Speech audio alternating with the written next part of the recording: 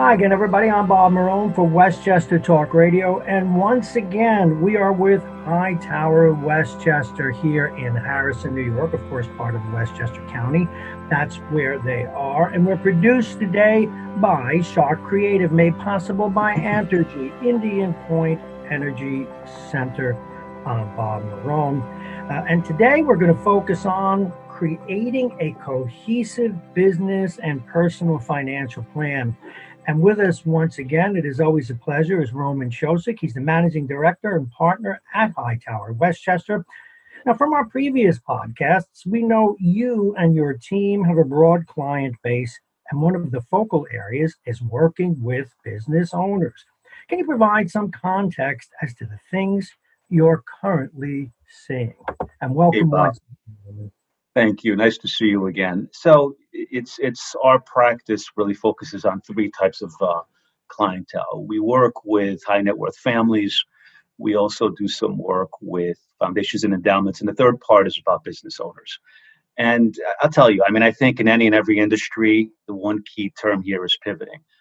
As a business owner ourselves, what we've realized is that we have two extremes here. There are certain business owners that are thriving in this sort of environment, where there are other ones that are, let's just say, sort of hanging on to a lifeline, unfortunately. So it's a very polarizing business set. But I think the one key here that we're trying to emphasize is the importance of making sure that the personal plan that people have is really in sync with their overall business plan, because that needs to be cohesive. That makes a lot of sense. But can you expand a bit more on how you directly work with these owners?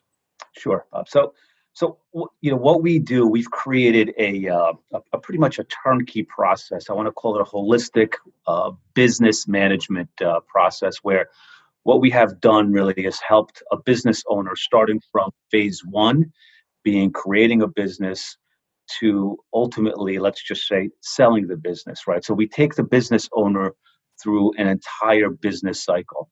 And what we really try to do is help them in the overall process. Once they establish a business, we help them formulate the documents, the legal work. We don't do it ourselves, but these are the things that we consult, we farm out to people that we may know. And then as the business evolves, we help them in certain areas, such as creating a retirement plan, buy-sell agreements, life insurance. And as the business matures, the last phase of it is we really try to incorporate some form of an exit strategy to help them walk them through the process. And that's kind of the value proposition that we kind of provide. But ultimately, it's tying it back into understanding their overall personal plan and bringing it all into their full overall business plan.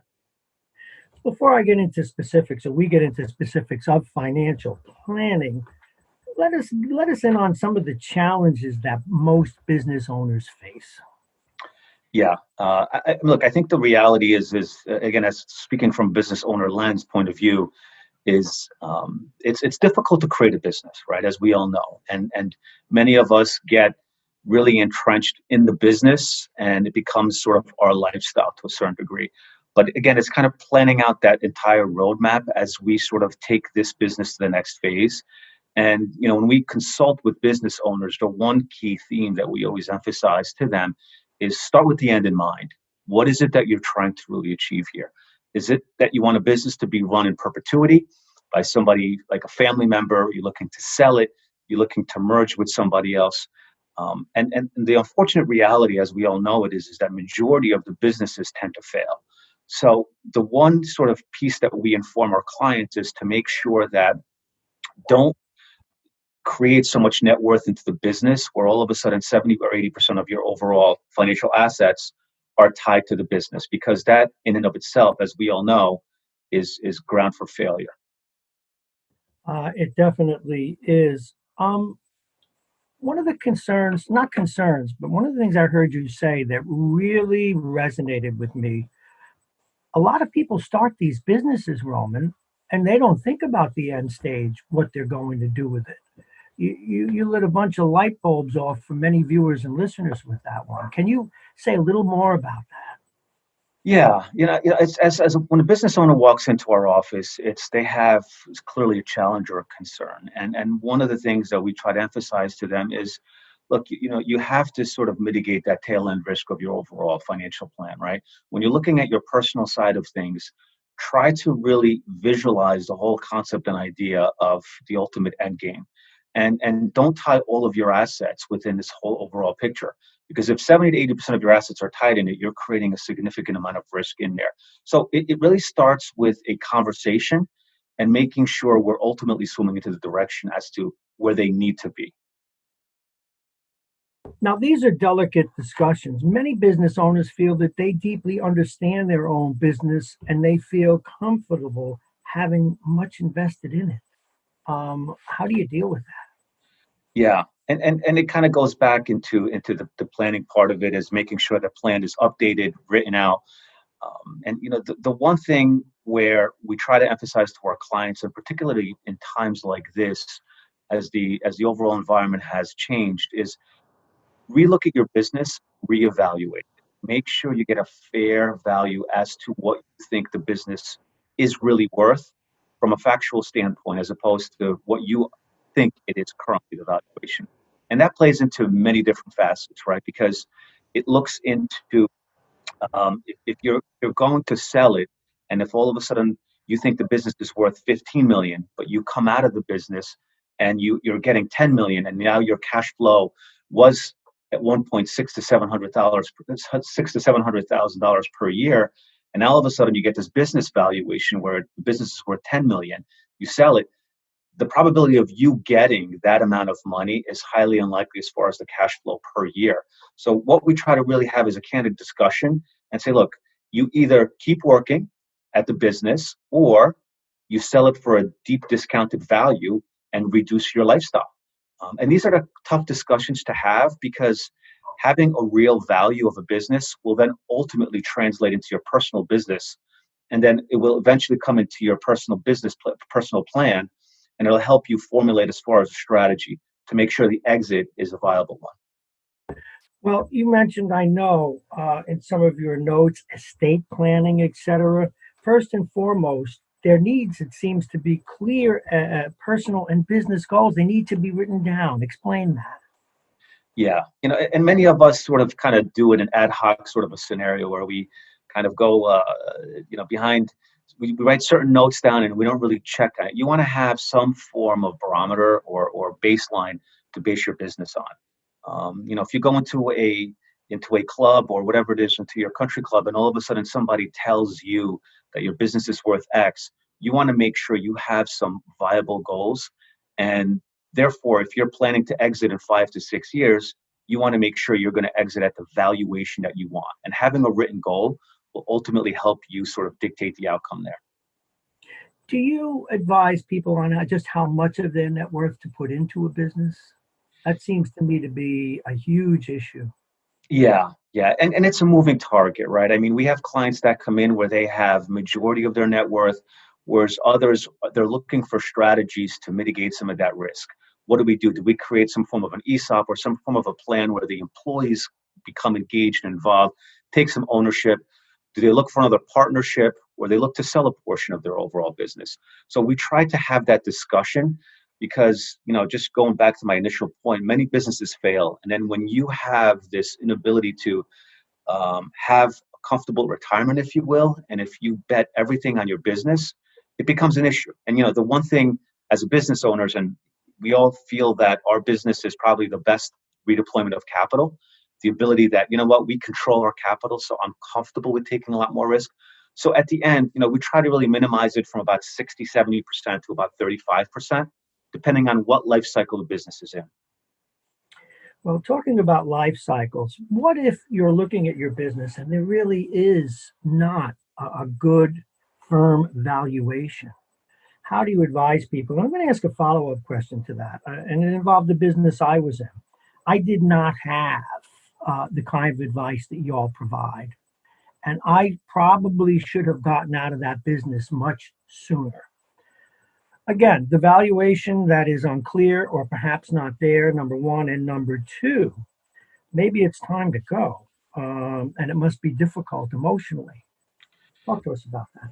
Yeah, yeah. It's your business is kind of your baby to a certain point, and every situation is different. I mean, the one thing that we emphasize to our clients is you need to start the process early before it's not a matter of a light switch goes on and next thing you know, you're 6 months pre-sale and you want to sell, you want to say, hey, you know what, let's sell the business. There are a lot of things that go on emotionally with it, right? Your identity is tied to a lot of this stuff. You don't really have the other sort of avenue as far as once the business is sold, what you're going to do with your life.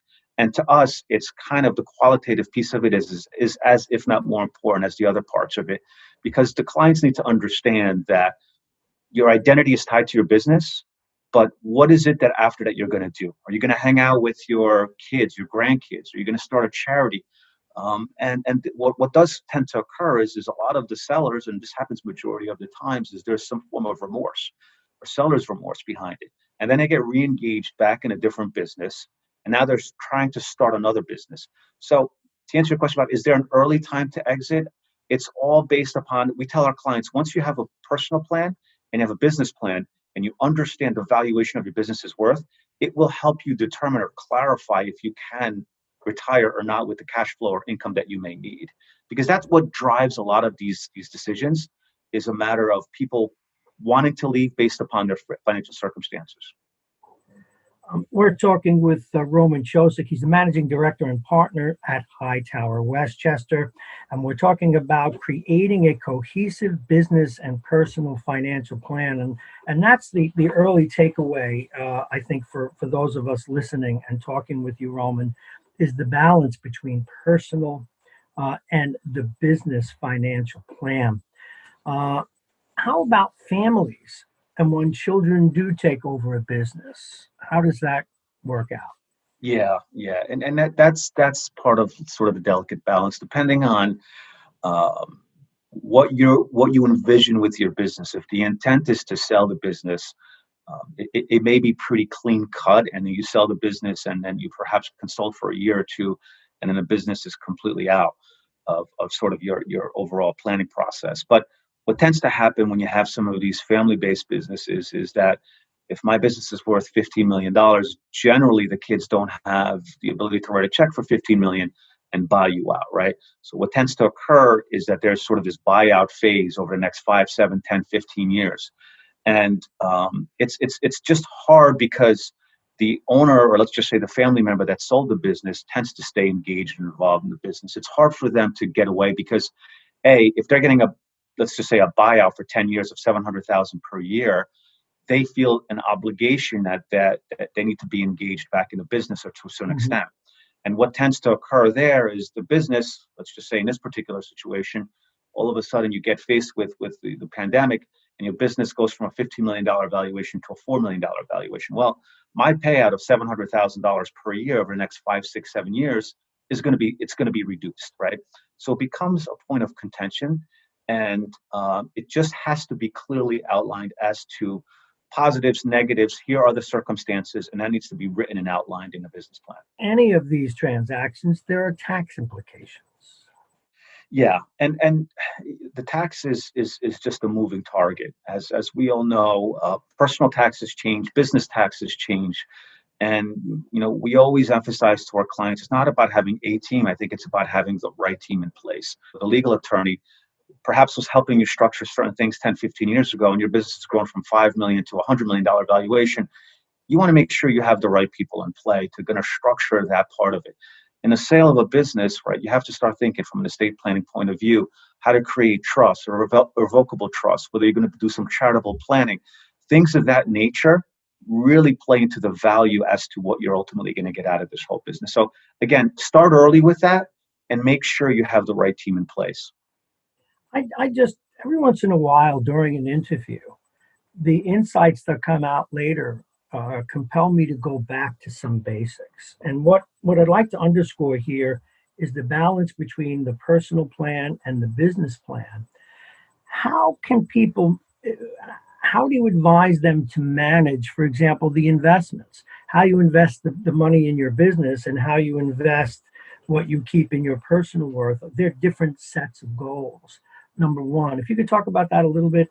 And also when the business opens, can you help them? Do you help them with they may need to set up a 401k or an ESOP or any number of things. Can you address those two things just a little bit again before we go? Because I'm looking at this as a man who's owned two businesses and saying, wow, I can learn from this. I was one of those people that failed. Yeah, it's never too late to plan around retirement, and now more than ever, with the one thing that we have seen is that there are a lot less few deductions, if you will, with respect to running a business. So what we've done, and we sort of readjust our strategy every single year, is we really take a step back. And when someone is looking to sell, right, we generally want to be engaged in the process 3 to 5 years. And we help them structure different various types of retirement plans to help maximize their overall contributions to certain things like 401k plans. And as much as a 401k plan is a piece of it, there are alternative cash balance sort of retirement plans, defined benefit, and pension plans that can be structured to ultimately help them shelter hundreds of thousands of dollars prior to retirement. As older as they are, they could put away a lot more money in there. So again, it's doing those things that really will help you position yourself when that personal business plan ultimately takes over, because that business plan eventually at one point of your life will become null and void, right? But it's the personal plan that's going to drive the process. So we always try to make sure we're positioning the client to have that comfortable retirement. Wow. Thanks, Roman. Very insightful. Any last things you want to leave us with? Clearly, for me, putting together and merging those two plans, and you shouldn't wait till the last minute. Yeah. No, I think the key takeaway here, as we said, is you want to have something that's personal, a personal plan. You want to have a business plan. You want to make sure they communicate each other. They are in sync. You want to update that on a regular basis. Circumstances change, lifestyles change. And to us, it helps formulate the overall plan. Make sure you have the right team in place. That's a critical piece of it as well. That'll help you at least structure the plan accordingly. And, at the same time, have realistic expectations. Don't feel like if you think the business is worth 15 and you're going to get 14 for it, all of a sudden you're going to completely take a back seat and say, well, you know what? I need exactly 15. I think there's some flexibility, give or take, that needs to be sort of within the overall plan. Now, getting back to Hightower Westchester itself, will you help people develop these plans? Will you work with them? Yes. Yeah. So we have as I mentioned, pretty much of a turnkey process that we will help the individuals. I mean, when we deal with somebody on a personal and on a business level, it's more of a streamlined process. I mean, we have the ability with the technology and things that we have within our firm is to really bring it all together and look at one snapshot, right? You want to have the assets and liabilities on a personal level, and you also want to have them on a business level as well. And when you have those four pieces together, if you will, it really streamlines that process. And look, I think ultimately it's about having that dialogue with your family, communicating it, everybody sitting down at the table and understanding as to where they want to go. Roman, I can't thank you enough. This information is so valuable. Folks, Roman Ciosek is the managing director and partner at Hightower Westchester. They're here in Harrison, in Westchester County, of course. And some of the planning information, you may want to go back to some of our earlier podcasts as well, where we deal with that. Roman, thank you very, very much. Really appreciate your time. Roman Ciosek, everybody, from Hightower Westchester. I'm Bob Marone. Thank you so very much for listening. We are Westchester Talk Radio, produced by Shaw Creative and made possible by Entergy, Indian Point Energy Center. We'll see you next time. Thank you. Hightower Westchester is a group of investment professionals registered with Hightower Securities, LLC, member FINRA and SIPC, and with Hightower Advisors, LLC, a registered investment advisor with the SEC. Securities are offered through Hightower Securities, LLC. Advisory services are offered through Hightower Advisors, LLC. This is not an offer to buy or sell securities. No investment process is free of risk, and there is no guarantee that the investment process or the investment opportunities referenced herein will be profitable. Past performance is not indicative of current or future performance and is not a guarantee. The investment opportunities referenced herein may not be suitable for all investors. All data and information referenced herein herein are from sources believed to be reliable. Any opinions, news, research, analyses, prices, or other information contained in this research is provided as a general market commentary. It does not constitute investment advice. Hightower Westchester and Hightower shall not in any way be liable for claims and make no expressed or implied representations or warranties as to the accuracy or completeness of the data and other information, or for statements or errors contained in or omissions from the obtained data and information referenced herein. The data and information are provided as of the date referenced. Such data and information are subject to change without notice. This podcast was created for informational purposes only. The opinions expressed are solely those of Hightower Westchester and do not represent those of Hightower Advisors LLC or any of its affiliates. Hightower Advisors do not provide tax or legal advice. This material was not intended or written to be used or presented to any entity as tax advice or tax information. Tax laws vary based on the client's individual circumstances and can change at any time without notice. Clients are urged to consult their tax or legal advisor before establishing a retirement plan.